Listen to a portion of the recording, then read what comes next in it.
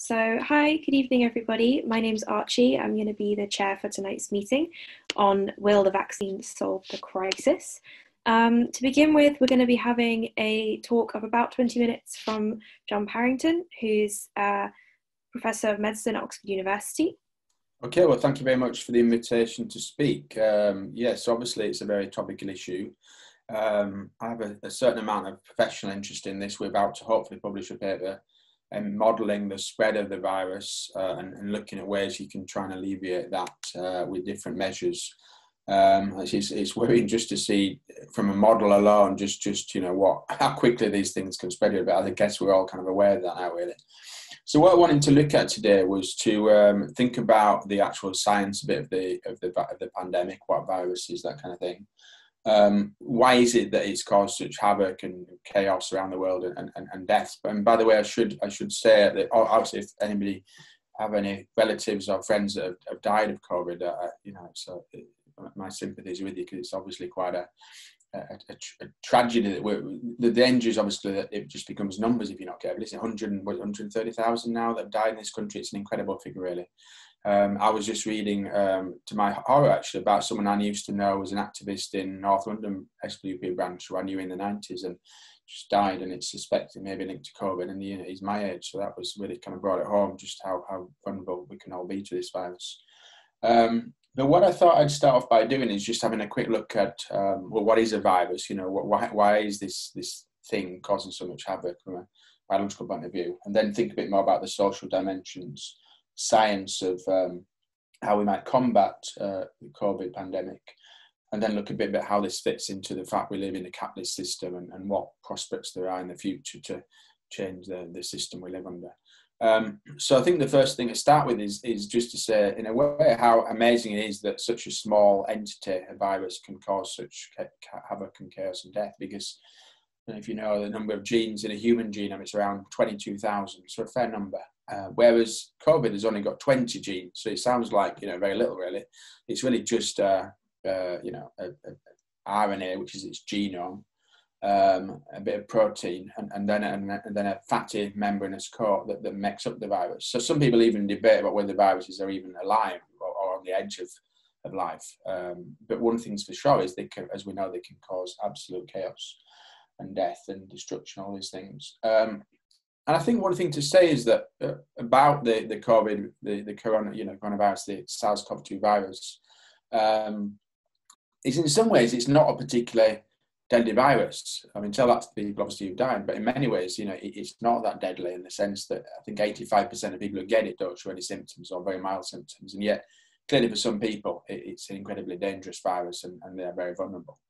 And I think it's this combination, actually, of having very little effect in many people and therefore being able to spread fairly unnoticed, with the fact it can be lethal for other people, that they've explained just why it's brought such chaos with it and why it's become brought the whole world to a halt in many ways, as well as killing lots of people.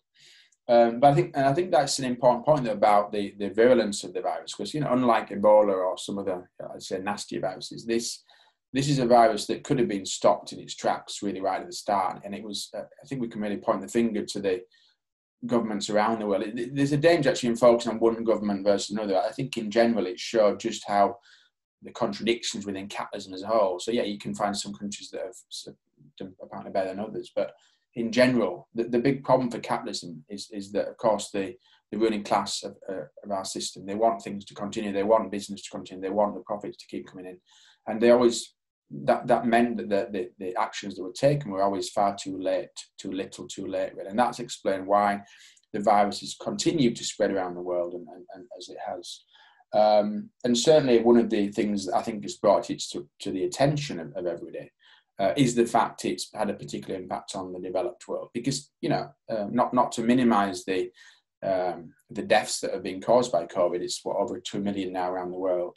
But in past times, in past years, 15 million people per year died of other infectious diseases. But of course, because this was in countries, in Africa and the developing world, this hardly made the headlines. So things like TB, malaria, HIV, a whole series of measles. You wouldn't think measles would be a killer, would you? But a whole series of infectious diseases that have been devastating in those developing countries, and yet very little attention given to them. But of course, the big difference about COVID is the fact it's had this impact on the developed world. And I think that's an interesting thing to think about, actually, the ways in which it's affected some countries more than others. Of course, one of the big problems with the pandemic is not simply the deaths from COVID, it's the fact that the lockdown itself has had massive impacts on people's livelihoods.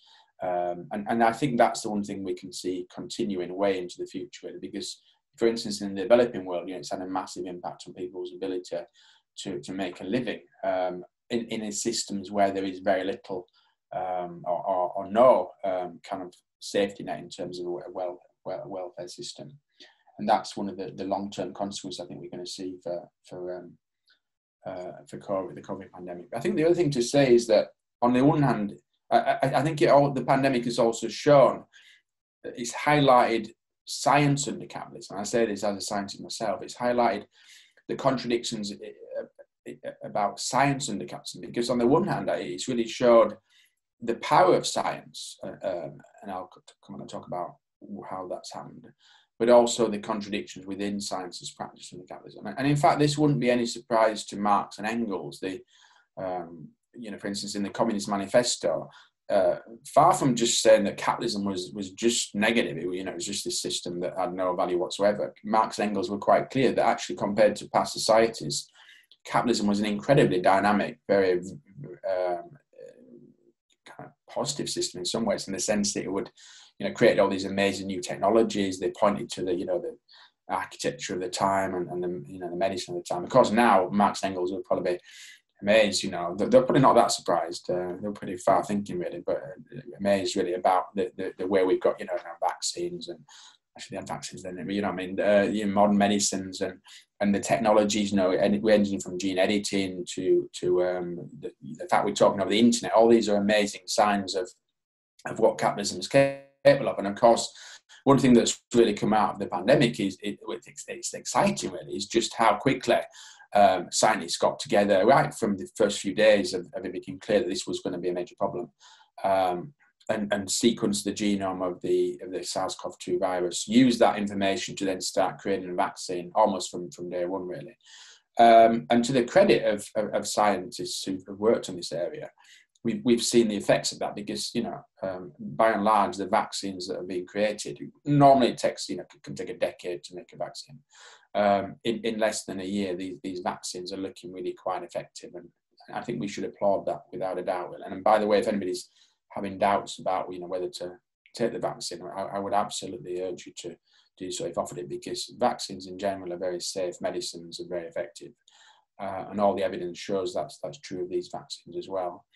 But of course, we've seen the other side of capitalism and science under capitalism, in the sense that this was something that we should have seen coming years ago. We'd had MERS, we'd had SARS, these other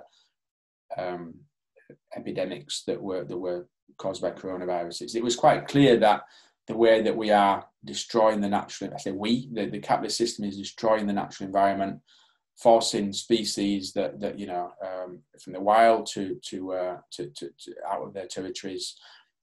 This massive industry of wild animal markets in some parts of the world. Of course, this is a very much part of capitalism. We can say, well, it's happening in China or wherever, but at the end of the day, this is big business, these markets, billions of dollars going to these wild animal markets. And yet that was really pushing the limits of what should have been done. In the sense, it was really pushing for a virus to jump from an animal to a human. And that's often where the worst viral pandemics start, by the way, when an animal virus crosses into humans, because of course there's nothing to really stop it from spreading and becoming really quite a major problem. And also, I think we could have seen this coming, in the sense we could have been prepared in a much better way for this kind of pandemic. So it's interesting that based on the previous, the SARS and MERS, I should say that, these are previous coronavirus epidemics that never quite got going, that they caused quite a lot of deaths, but never enough to make it as a pandemic like we're in now. And based on the information they were happening on a regular basis, and based on the information we got about those viruses, there could have been plenty of opportunities to make medicines and vaccines that would have been have left us in a much better position right from the start of it. And actually, lack of funding explains why, for instance, vaccines have not already been made against these coronaviruses. So that's an indictment of the kind of the way that capitalism affects scientific priorities and so on and so forth. And even to the extent of also competition between scientists, I think can also explain some of the sluggishness at which things got going. But again, I think we've got to be careful. There's a double-edged character of science under capitalism, and we see both sides of it. Now, I've already mentioned the vaccine. Obviously, there are other ways to combat viruses, viral pandemics. Medicines can all help, but vaccines are really one of the most powerful ways to combat a virus, as long as they work. One of the big unknowns, of course, was whether these vaccines were going to be effective. I think the fact they are has made a major difference to the situation. And of course, the Tories will try and use this to say, well, we've been handling this well from the start. Well, and it's very important, I think we keep coming back to the fact that those 130,000 or more deaths, are all directly due to the fact that the bad handling of this situation by the Tories right from day one, really, and not let them off the hook. And I think we've also got to point out, well, actually, it's British science and it's the NHS that the things that have made the difference to us having the vaccine situation we've got at the moment, which I think we should applaud and say it's a very positive thing, that 30% of the population have been vaccinated. Not let the Tories take the credit for that, although obviously they will try and do. I think the other thing that's worth thinking about really is the way that being in a capitalist society affects people's minds, affects people's responses to these things. So although I don't think it's a majority of people, it is interesting every now and again you come across people on the left who are, got conspiracy theories about I think the vaccine, the virus was, made in some kind of lab and something, which no good evidence to suggest that, or that vaccines don't work and that the government are trying to use these things to poison us. And I think it's very important that we keep returning to the science as socialists to combat these kind of false ideas. But I think we've also got to ask, well, where do these ideas come from? And I think it's a sign of people's alienation to capitalism that people sometimes take on these fantastical ideas. I think we've also got to point the finger when people say, well, the evidence showing that Black and Asian ethnic and minority people are more likely to die of COVID, but also tragically that there seems to be more reluctance among some parts of the BME population to take the vaccine. And I think it's very important that we keep bringing it back to why is that, and point to the ways that racism has affected, the jobs people do, the conditions people live in terms of, the amount of space in the house, that kind of thing. And also ideas about medicine and whether medicines are safe. And it's very important to say this because, of course, racists can always try and use these things to try and divide people. I think it's an important point to make, actually, that there are some very positive lessons, I think, from the pandemic. We often hear that socialism is impossible because people are naturally selfish. Well, actually, I think the pandemic has really shown what nonsense that is, actually. Everything from, people following the rules, by and large. Of course, there are people who try and break the rules, but by and large, people have been following the rules incredibly for, a whole year, basically.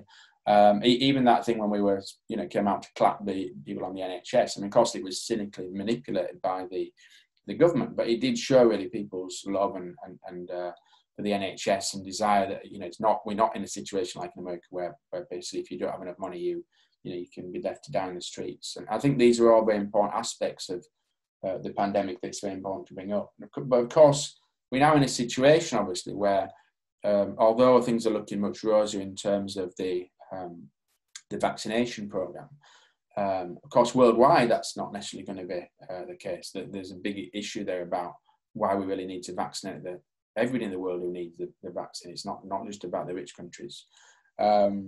But also, I think it's very important that we look to the future in terms of what we can do as socialists to really agitate in terms of making a difference to the way things are going to go in the next few months. Because to some extent, we are, still in a kind of state of limbo, and yet we can see the ways that certain people have been, working class people have been exposed to virus needlessly because of the Tories always this push to keep business going, that kind of thing. The fact that the furlough schemes have been completely inadequate for some people. The fact that when the furlough scheme ends, it's going to have a massive impact on people. And I think that's particularly why, as socialists, we really need to be thinking ahead in terms of what's going to happen next, because it'll be surprising and maybe galling for people who, you know, have lost it, members of friends and members of family to the virus, but how quickly things may come back to normal in some ways, in the sense of, well, you know, people are vaccinated, the government will want everything to go back to normal. But clearly, it's not going to be as easy as that. It's not going to be as easy as that to go back to normal. And clearly, the pandemic and the lockdown as well have had a massive impact on, you know, people's livelihoods. If you work in the catering industry, for instance, or a whole series of industries that have been hit by the lockdown, this is going to be a major problem. So, and I think the fact that the Labour Party, tragically, really, is not voicing really the opposition that should be there. It's absolutely vital that we are there as socialists to not let racists use this kind of thing to divide people, but also to point to the fact that ultimately this was a product of capitalism. You know, the fact that this pandemic was not at all inevitable. A different kind of society would have acted much more rapidly to stop the spread of the virus. The priorities of science under a different system would be completely different. And ultimately to point to the fact that this is a product of capitalism, the way that it's destroying the environment, the way that it's an anarchic, unplanned system, and ultimately that only with a very kind of different way of running things, a social society, can we actually look to a future where science will be used to help the majority of people and not just for the profits of a few people. And I think we can take you know, positive things really from some of the things that happened this year, as well as the negative things, in the sense that, you know, despite the lockdown, it didn't stop the biggest, you know, black civil rights movement since the 1960s happening in America, the Black Lives Matter movement. And it was interesting that the funeral of you know, Floyd, who was killed by a policeman, that triggered that movement. George Floyd, how the minister that spoke at that funeral actually drew the links between the pandemic and what he called the pandemic of racism, because as he pointed out, actually, you know, that Floyd had actually had COVID, had recovered from it, and yet it was a policeman that killed him. And he made the links between as he said, this pandemic of virus, but also the pandemic of racism. So it's very important, I think, that we as socialists, we kind of make these links. And keep making these links, because things are definitely not, you know, in the year ahead, we're going to have all sorts of challenges, I think, in terms of how things develop.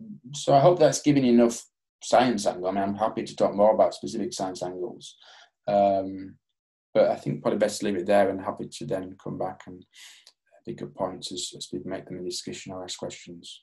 Thanks.